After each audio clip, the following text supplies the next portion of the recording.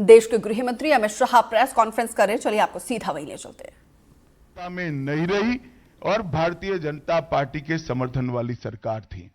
1990 तक कांग्रेस पार्टी बाबा साहब को भारत रत्न न मिले इसका बड़े जतन से प्रयास करती रही, यहां तक कि बाबा साहब की जयंती को भी 100वीं जयंती को भी मनाने का मना ही कर दिया गया।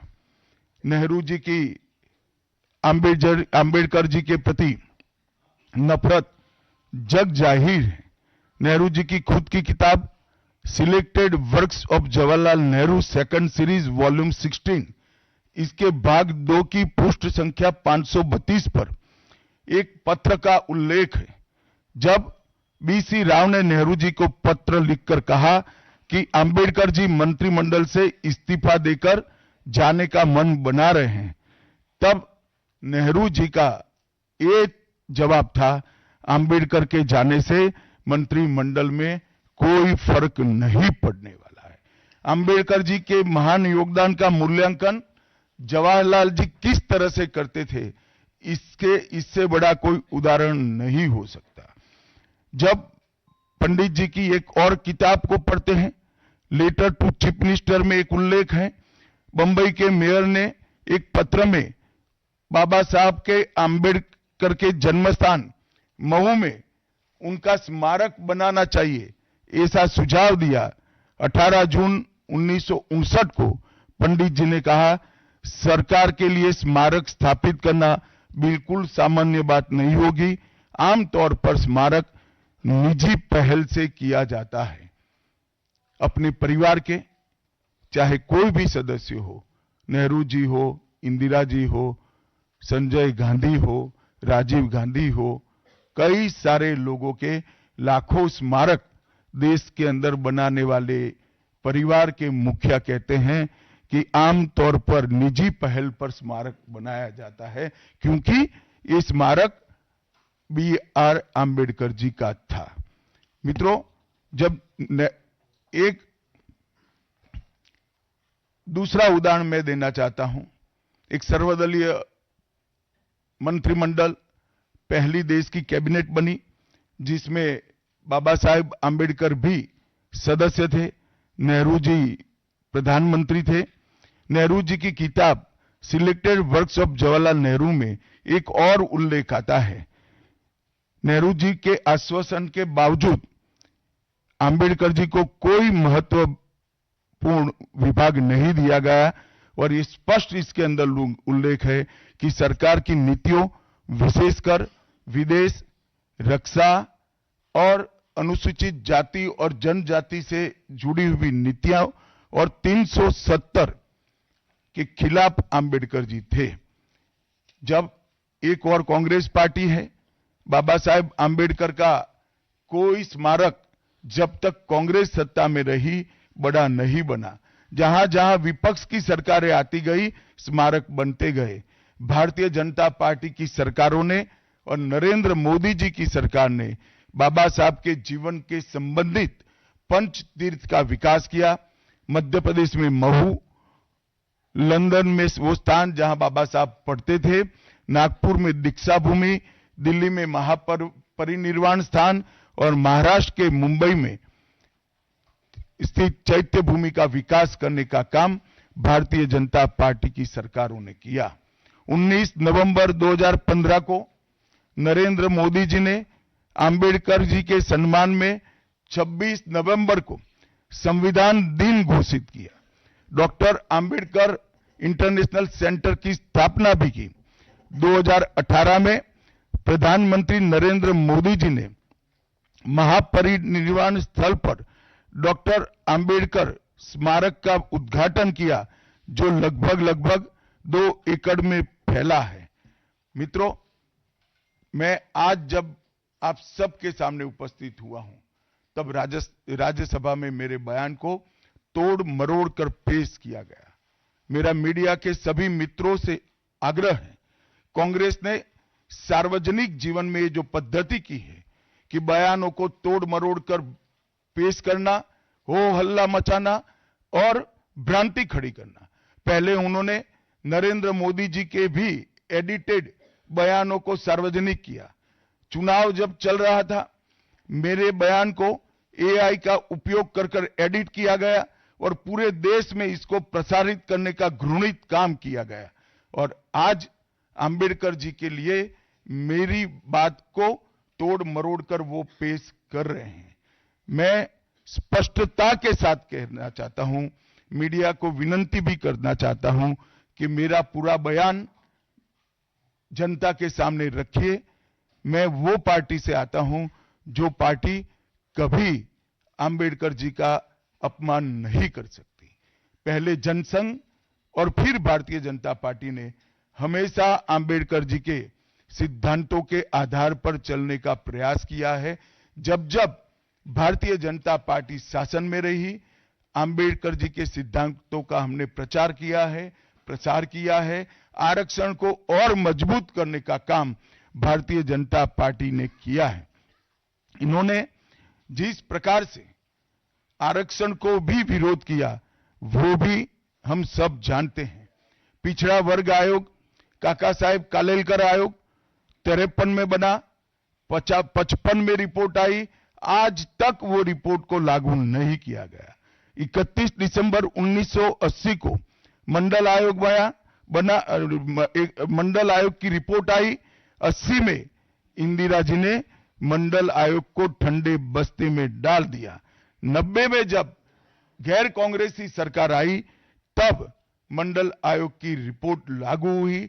उस वक्त राजीव गांधी विपक्ष के नेता थे और जब मंडल आयोग की रिपोर्ट लागू हुई, प्रस्ताव संसद में आया, राजीव जी ने अपने जीवन का सबसे लंबा भाषण ओबीसी के आरक्षण का विरोध करने के लिए किया। आज मैं फिर से एक बार आग्रह के साथ मीडिया को बताना चाहता हूं, सच्चाई को जनता तक पहुंचाना चाहिए। मेरी पूरी बात बहुत स्पष्टता के साथ, कोई कंफ्यूजन के बगैर राज्यसभा के रिकॉर्ड पर है।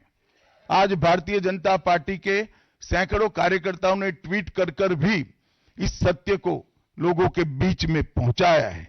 और जिन्होंने जीवन भर बाबा साहेब का अपमान किया, जिन्होंने जीवन भर बाबा साहब के सिद्धांतों को दरकिनार किया, जिन्होंने जब तक सत्ता में रहे बाबा साहब को भारत रत्न मिलने नहीं दिया, जिन्होंने जब तक सत्ता पर रहे आरक्षण के सिद्धांतों की धज्जियां उड़ाई, वो लोग आज बाबा साहेब आंबेडकर के नाम पे भ्रांति फैलाना चाहते हैं। मैं कांग्रेस के अध्यक्ष खरगे जी को भी कहना चाहता हूं, खरगे साहब, आपका तो कम से कम दायित्व बनता है, क्योंकि आप उस वर्ग से आते हो जो वर्ग के लिए बाबा साहब आंबेडकर जी ने पूरा जीवन समर्पित किया। आपने कम से कम कांग्रेस के एक कुत्सित प्रयास में सपोर्ट नहीं करना चाहिए था। मुझे बड़ा दुख है कि आप भी राहुल गांधी जी के दबाव में इसके अंदर शामिल हुए हो। मित्रों, आज जब हम सब यहां बैठे हैं, मैं फिर से एक बार कहना चाहता हूं, कांग्रेस के पास इस संविधान के ऊपर की चर्चा में बाबा साहेब आंबेडकर विरोधी कांग्रेस है, इसका कोई जवाब नहीं बचा। संविधान विरोधी कांग्रेस है, इसका कोई जवाब नहीं बचा। कांग्रेस आरक्षण विरोधी है, इसका कोई जवाब नहीं बचा। कांग्रेस सावरकर विरोधी है, इसका भी कोई जवाब नहीं बचा। कांग्रेस ओबीसी विरोधी है, उसका भी कोई जवाब नहीं बचा। आपातकाल का पाप कांग्रेस के ही समय में हुआ, इसका भी कोई जवाब नहीं बचा। नारी सम्मान का विरोध भी कांग्रेस ने ही किया, वो प्रस्तापित हो गया। न्यायपालिका का अपमान ही कांग्रेस ने ही किया, वो भी प्रस्तापित हो गया। भारत की भूमि को भी संविधान को दरकिनार कर विदेश को सौंपने का पाप भी कांग्रेस ने ही किया, ये भी प्रस्तापित हो गया।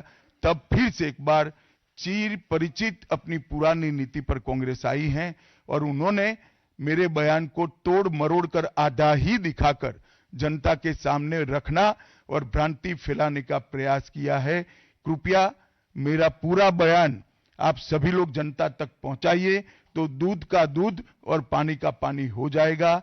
मैं उस पार्टी से आता हूं, उस संस्कृति से आता हूं जो स्वप्न में भी बाबा साहब के विचारों का या बाबा साहब के स्वयं का अपमान नहीं कर सकते। हम जानते हैं कि देश के संविधान को समावेशी बनाने में देश के पिछड़े वर्ग को, दलितों को, आदिवासियों को, गरीबों को और वंचितों को न्याय दिलाने के लिए और देश के लोकतंत्र की नींव को इतनी नीचे तक गहरी पहुंचाने में बाबा साहब का बहुत बड़ा योगदान है। पूरा देश बाबा साहब के प्रति कृतज्ञता व्यक्त करता है। कम से कम हम तो ऐसा नहीं कर सकते जिससे बाबा साहब का अपमान हो पाए। और मैं फिर से एक बार कांग्रेस के ये कुत्सित प्रयासों की घोर निंदा करता हूं और जो संविधान पर दोनों सदनों में चर्चा हुई, कम से कम भारतीय जनता पार्टी की ओर से चर्चा का स्तर मेंटेन करने का पूरा प्रयास किया गया था, विषय पर बोलने का आग्रह किया गया था और तथ्य के साथ बोलने का आग्रह भी हमारे सारे वक्ताओं ने किया था। वो सारे प्रयास पर कांग्रेस ने पानी फिरा है और मैं मानता हूं कि देश की जनता इसके इस प्रयास को भी जानती है, उनकी मानसिकता को भी जानती है और उनकी कार्य संस्कृति को भी जानती है। धन्यवाद। तो अंबेडकर के मुद्दे को लेकर अमित शाह के द्वारा यह प्रेस कॉन्फ्रेंस किया गया और साथ ही कांग्रेस पर जमकर निशाना साधा है।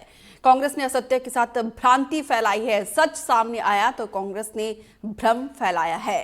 कांग्रेस ने बाबा साहब को चुनाव में हराने की साजिश रची थी। कांग्रेस ने अंबेडकर को हमेशा से ही हाशिए पर रखा है, लेकिन हमने ही बाबा साहब को वो सम्मान दिया है। कांग्रेस ने नारी शक्ति का भी अपमान किया। यहाँ पर देखिए, एक के बाद एक कांग्रेस पर पलटवार करते हुए Mishra. Option Bharatiya Janata party तरासेगी। Parliament के अंदर और पार्लियामेंट के बाहर क्या लीगल एक्शन हो सकते हैं, वो सारी संभावनाओं को तराशकर भारतीय जनता पार्टी निर्णय करेगी। आनंद पांडे जी।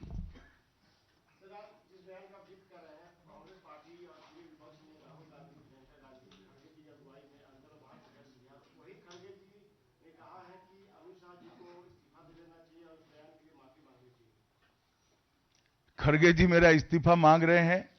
इनको आनंद होता है तो शायद मैं दे भी दूं, मगर इससे इनकी समस्या का अंत नहीं है। अभी 15 साल तक कम से कम उनको वही जगह पे बैठना है जहां वो बैठे हैं। खड़गे साहब, मेरे इस्तीफे से आपकी दाल नहीं गलने वाली है। Neeraj ji, ABP news. मेरा सवाल है क्योंकि लोकसभा चुनाव से पहले भी संविधान विरोधी बात कही गई, संविधान अब खतरे में है, दलितों का अधिकार खतरे में है। दिल्ली चुनाव के ठीक पहले फिर से एक बार